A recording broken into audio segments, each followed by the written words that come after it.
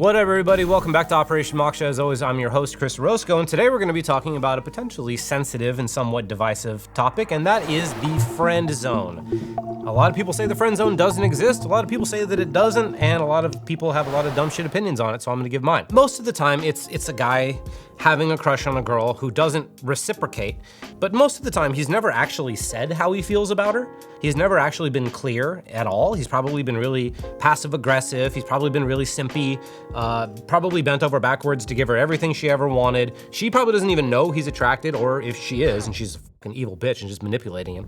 But a lot of the times they don't even know because the guy doesn't say anything, and so the guy ends up just being enamored with this woman, bending over backwards, doing everything he possibly can to like win her favor, but he's doing it completely wrong. She ends up just seeing him as a friend or a brother, and then he ends up eventually getting mad one day, and it just sucks for everybody. I've been there a bunch. Quite honestly, we do it to ourselves. And honestly, if you're in the friend zone, it's your fault. The first thing that gets you into the friend zone is not being clear about your intentions.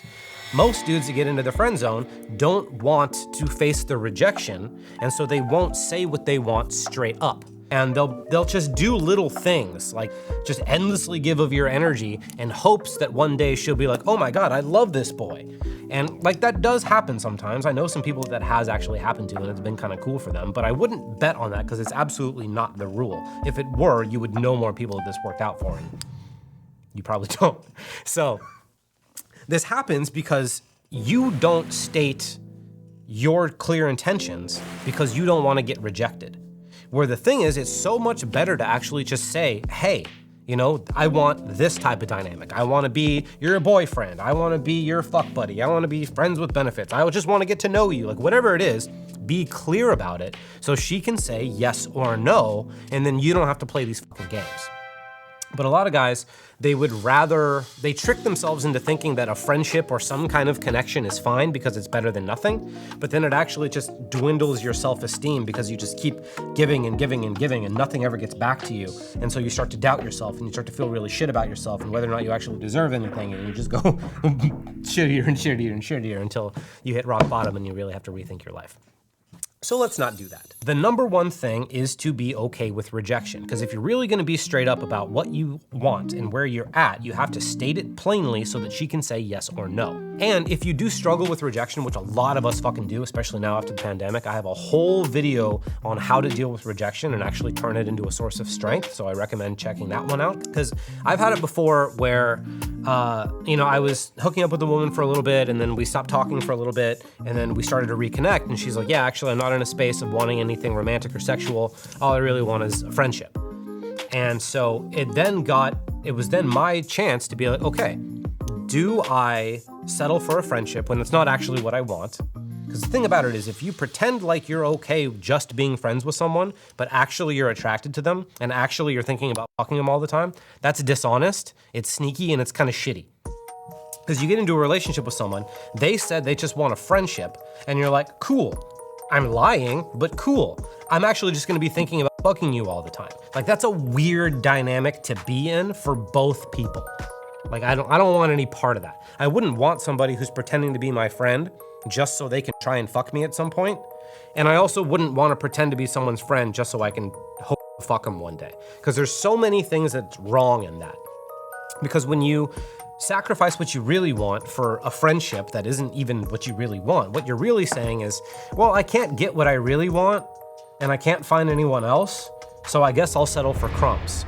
And like, what an awful way to relate to yourself, and what an awful thing to think about yourself, and what an awful thing to do to yourself.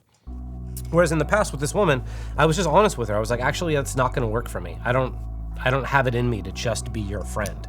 If we were to hang out, I would be attracted to you, and I can't act like that's not there. So if that's not gonna work, then we're probably better off not hanging out. And truth be told, she got fucking angry at me about it, but I was like, that's how I feel. That's how I feel. That's what I think. That's what I want. And it ended up being better because I just don't have any space in my life for anything that isn't 100% authentic. We get friend zoned because we don't want to tell the truth and we don't want to get rejected. The more comfortable you can get just saying what you want, and it doesn't mean you just be ridiculous about it, right? Doesn't mean your opening line should be like, hey, you want to be buddies? Like you do still have to build a connection with people, because the interesting thing about it is, at least where I'm at in my life and where I have been, is I notice the most fulfilling sexual and romantic relationships are the ones that started off with a really solid friendship connection first. Like, even if we were both obviously attracted to each other from the get-go, if you put sex and that whole thing ahead of the connection, then the connection suffers and the sex ends up not even being all that good. And even if it is good, it's unsustainable, because it's like you might get one really good fucking romp, and then it's like, oh, we're not actually connected, so everything I did to get there was like fake and I pretended, and so now that it's over, I don't know what to do from here, so we're probably not gonna do it again. And if we do, it's probably gonna be shittier and shittier each time.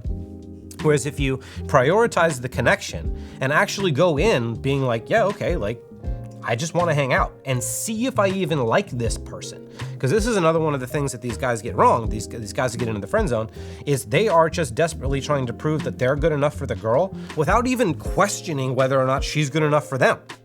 And without even considering, they're like, wait a minute, there's a series of things that I want, and if I don't get these things that I want, I'm not gonna be satisfied. They are so afraid of rejection and so deeply believing that they don't deserve what they truly want and that they're not gonna get what they truly want, that they go into these things with their mind already made up that they're not gonna get what they want, and so they settle for whatever crumbs they can get.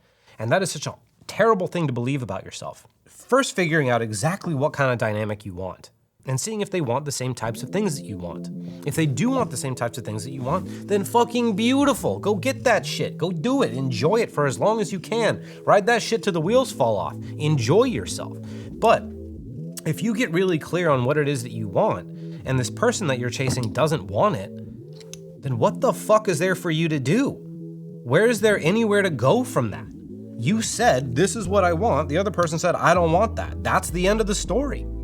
So all you need to do there is just keep going and find somebody that does want what you want. But in order to do that, you actually have to believe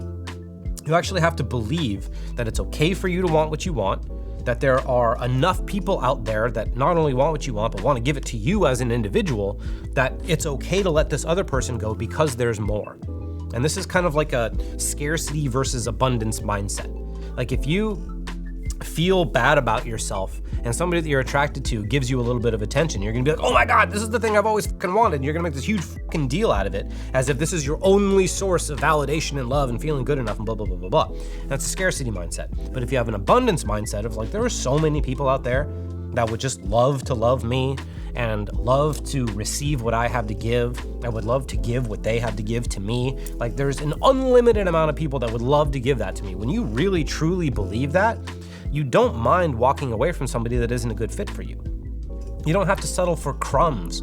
You don't have to take connection that is like maybe 1/5 of what you want, but leaves everything else where you're just fantasizing with your in your hand every night. Like, you don't have to do that.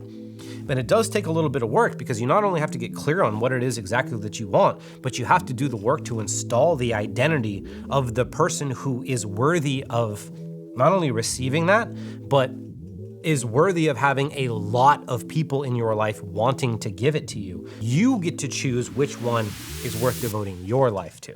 But when you really install the belief and the identity that there is an unlimited amount of people that are excited to love me and give me what I want, then you show up in your world in a different way, and you can actually turn people on just by embodying that, which is really fucking dope, because your mind organizes itself around your identity and your worldview in a way where your body language will shift, your word choice will shift, the faces that you make will shift, the way that you walk will shift, the energy that you walk in with will shift, the way that you talk to people will shift. Everything that you do will shift as a result of having that belief and that identity truly integrated in there. And if you want to learn how to do this, I have a whole course on how to integrate identities, so you might want to check that out.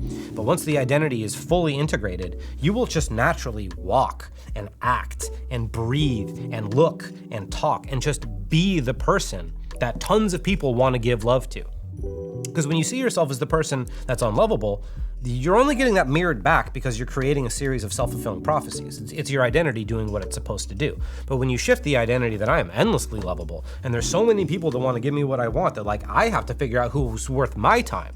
When you integrate that, that becomes your reality. You start having so many options, you're like, okay, well, who do I actually like the most? Who makes me feel the best? Who do I trust? Who do I actually want to be devoting my energy to? That is unconceivable to somebody who is really entrenched in the idea of nobody wants to give me what I want. The ones that I'm really attracted to aren't attracted to me. I'm unlovable, blah, blah, blah, blah, blah. When you're really in that mindset, the idea of being the other person is damn near inconceivable. You can barely imagine it. So in the beginning, just try your best to imagine it and try your best to feel like that and know that it's gonna be really foreign to you and know that there's gonna be a lot of parts of you that disagree with it. And there's gonna be a lot of work to do. And even if it takes you 10 fucking years, like what else could you be spending that 10 years doing? Like there's nothing more important you could be doing with those 10 fucking years. So just start now. So integrate the identity and watch your world shift around you. Watch the way people relate to you. Hold your boundaries and decide for yourself who's worth spending time with. And you'll find that you'll never be in the friend zone again. And you'll find the only reason you ever were is because you put yourself there, because you weren't willing to be honest. You weren't willing to set boundaries, and you were settling for crumbs when you could have had a feast. If you are feeling like you're in the friend zone right now, even if it's an inkling, because even if you have a slight inkling that you're in the friend zone, you probably are. So the question is, who's this person you think you're in the friend zone with? What do you really want out of that relationship? And would you be willing to lose the relationship in the pursuit of truth? Because here's the thing that a lot of people will get mixed up, and they'll think like, oh my God, if she finds out that I'm attracted to her and I lose the relationship, like, oh no. But again, all you lost was a lie, because it was a relationship you weren't being honest in. So it's fine. If you tell the truth enough times and allow all the relationships that were based in lies to fall apart as a result of you telling the truth, if you do that long enough, all of your relationships will eventually be based in the truth. So even if you lose some by being honest, even if people judge you, even if people do whatever they need to, that's fine, because soon enough, if you just keep telling the truth, it will be replaced with your life will just be surrounded by people that are there for the truth. Your truth, their truth, everything. If you are in the friend zone, tell this person how you really feel. And if they feel the same, then amazing. Like, try not to kick yourself in the ass too hard for not saying it earlier, but enjoy it either way. And then if they don't like it, respect their boundaries. Set them free. Being like, okay, great. In fact, if I ever tell somebody that I'm interested how I feel, and they tell me in plain words that they don't feel the same way, it's such a relief. Because it's just like, oh my God, thank God, I get to just like divert all of my energy somewhere else. I don't have to play this fucking guessing game. I don't have to deal with your bullshit anymore. You just told me how you felt. Thank God, I can just move on. Sometimes it's hard to just get straight answers from people even when you want them. So just tell the fucking truth. Let it destroy you. Let it burn your life to the ground if it has to. Respect everybody else's boundaries, respect your own boundaries. And next thing you know, you will be surrounded with people that want to be there for who you really are, play the games you really want to play, do the things you really want to do, and you'll be having fun. So this is a big ass topic. Obviously, I've ranted for quite a while. So if you have any questions about any of the little minutia or details here, let me know. I can make bigger, broader videos on all this shit. But as always, I'm Chris Orozco. I love you, and I'll see you next time.